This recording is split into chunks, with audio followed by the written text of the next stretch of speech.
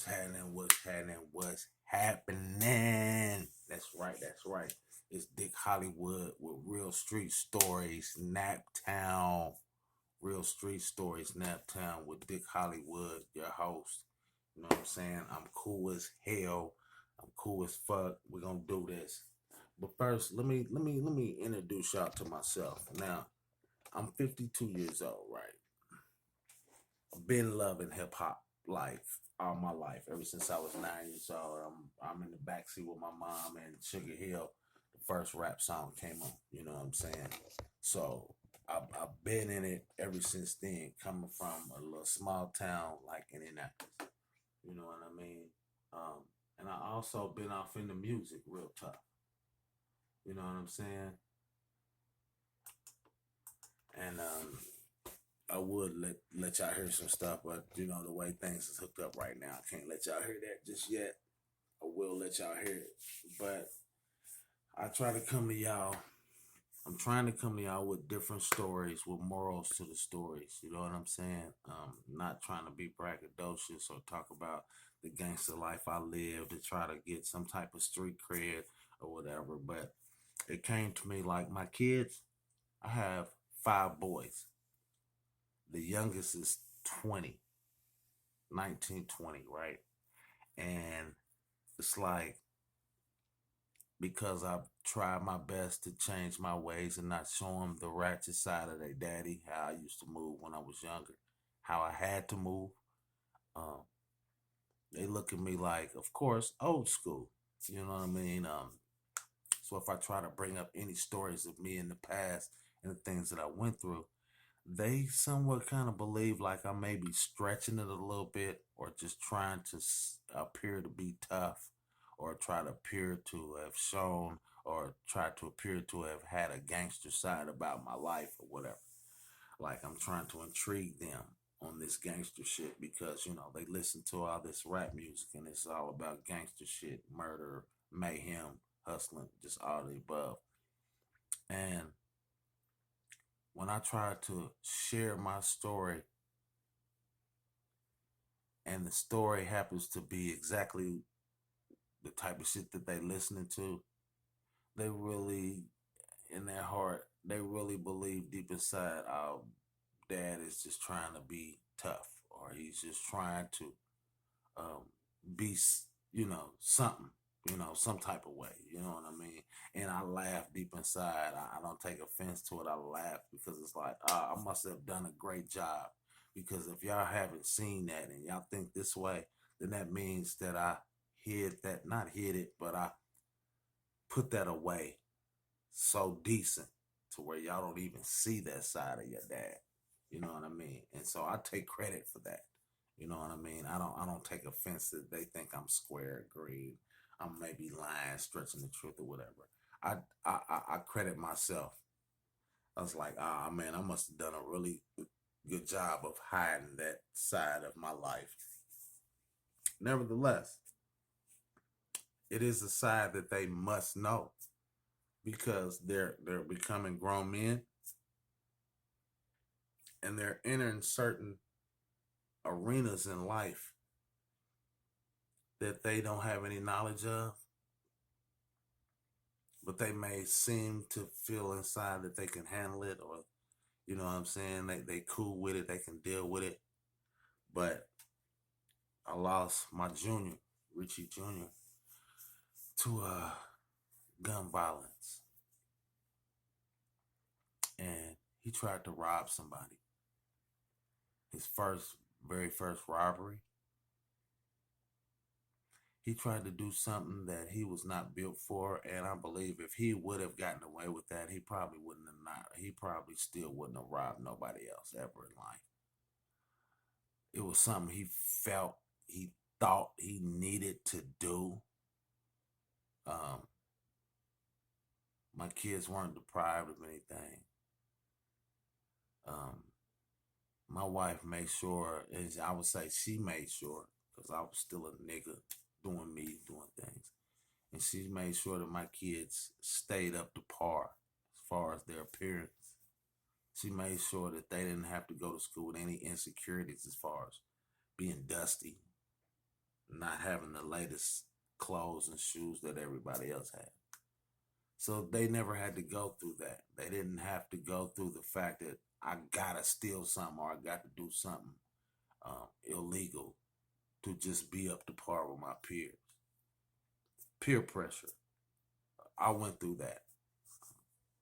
I didn't grow up as fortunate as my kids, so I felt like the burglaries I did and the illegal things that I did, I felt like it was necessary. Like I had a reason to do that.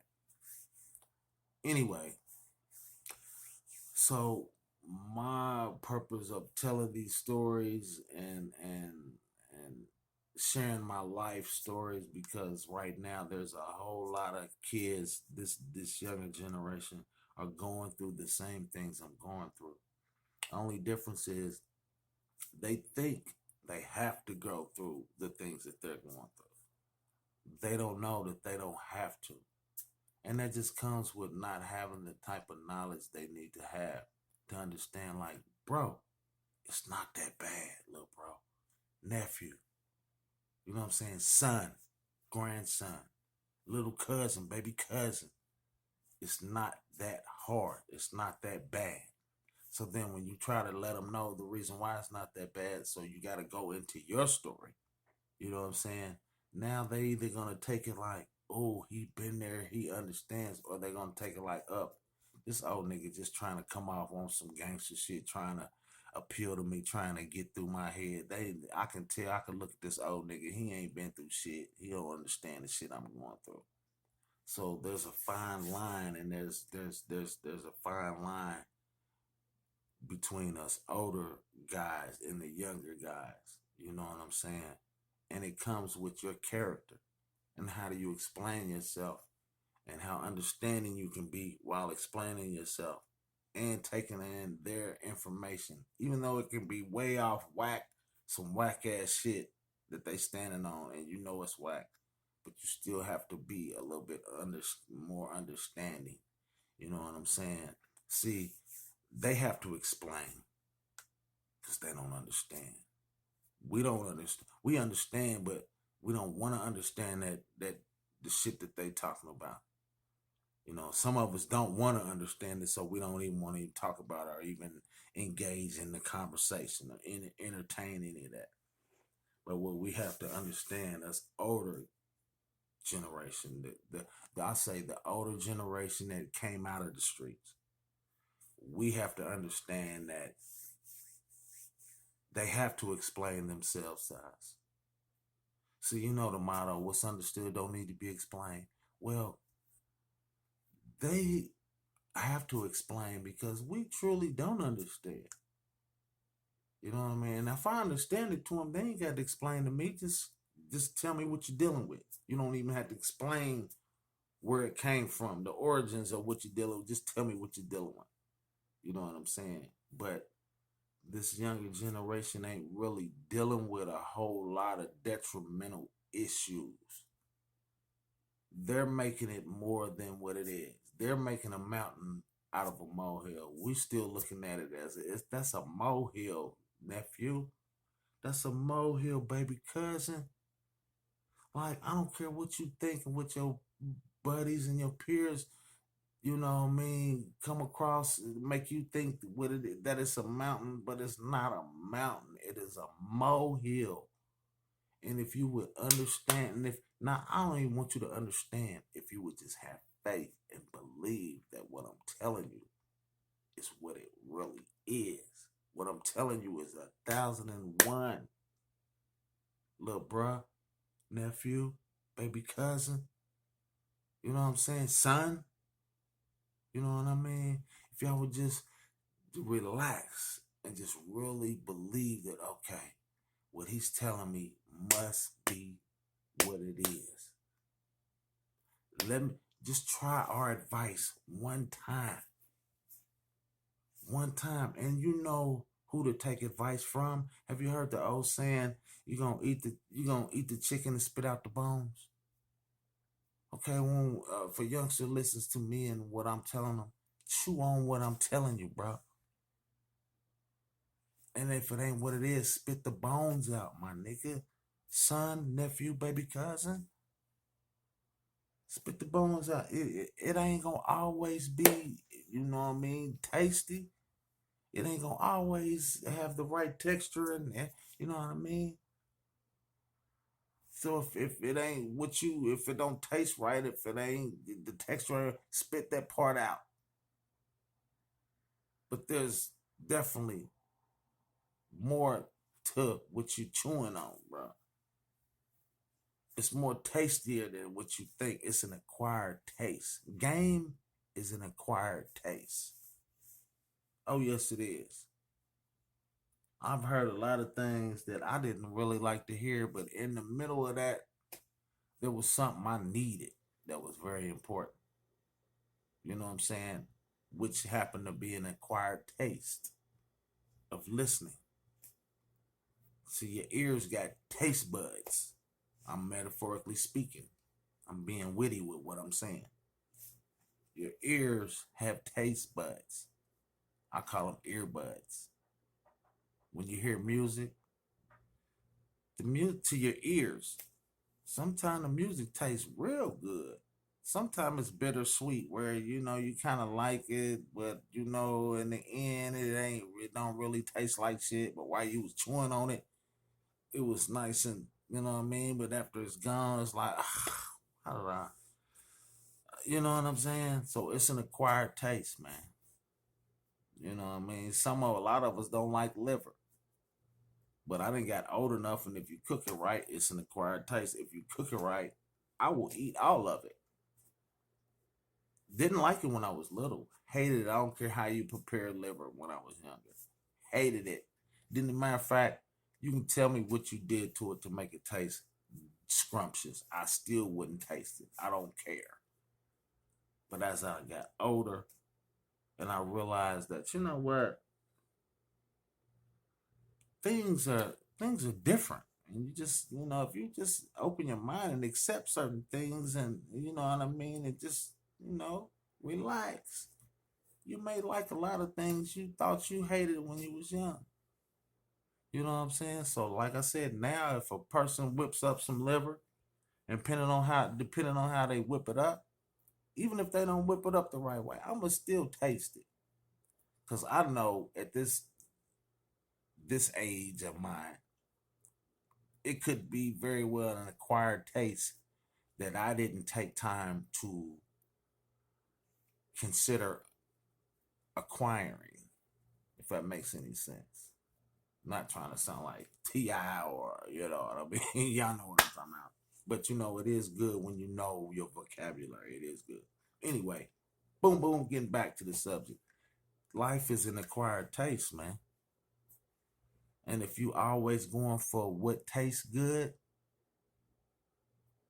and leaving out what could possibly be healthy along with the taste, whether it tastes good or not, just understanding what's healthy for your earbuds, for your mind. Your mind is the stomach. This is the mouth. The mouth and the taste buds. You chew and taste with your ears. This is the stomach. This is your ass. So whatever comes out of your digestive system mentally, your mental digestive system will determine how stinky your shit is. You know what I'm saying? You can shit out some shit and it stink. Still stink the moment you thought of it, it still stink. Or you can have take in some stinky shit, think about it and know what it is. And when you shit it out, it don't stink. It makes sense. You can wipe your ass and know the shit don't stink and ain't nobody complaining. Your shit stink. They'll just know, he shitted like everybody else, but it don't stink. You know what I'm saying? It's real. It ain't funky. He shitted like everybody else. Can't be mad because he shitting. I'm mad if you shit and you stink the whole motherfucking restroom up. What the fuck did you eat? Man, what in the hell have you been eating? Have you been shitting regularly? Like, what's the fuck's wrong with your stomach? What the fuck's wrong with your digestive system to where you just shit it and it smells horrible? Some of us be vegans. You know what I mean? Some of us watch what we put in our stomach. Most people watch what they listening to, what goes in their stomach. You know what I'm saying? So, metaphorically speaking, I hope you understand, because this ain't like talking in parables, but it's talking in a way where I'm breaking it down where you can easily understand what I'm saying. This is just the beginning of my whole podcast informative channel. This is Dick Hollywood, Naptown, Real Street Stories. Check me out. I'm gonna holler at y'all, man. And I appreciate y'all. And just getting back to the corny shit, hit the like buttons. Maybe share some of this. You know, it's not corny, but I think it's just corny how everybody gotta say this. So hit the like button, share, leave some comments. Definitely, I want comments more than the likes and the shares. I want comments more, because that helps me navigate and tells me how I should move. Y'all tell me how I should move. Okay? Tell me how I should move. I want all comments. Bring it on. Dick Hollywood, Real Street Stories, Naptown. Episode, I don't know, maybe 1, 2, 3, 4. I don't know. But I'm out of here, man. It's getting late.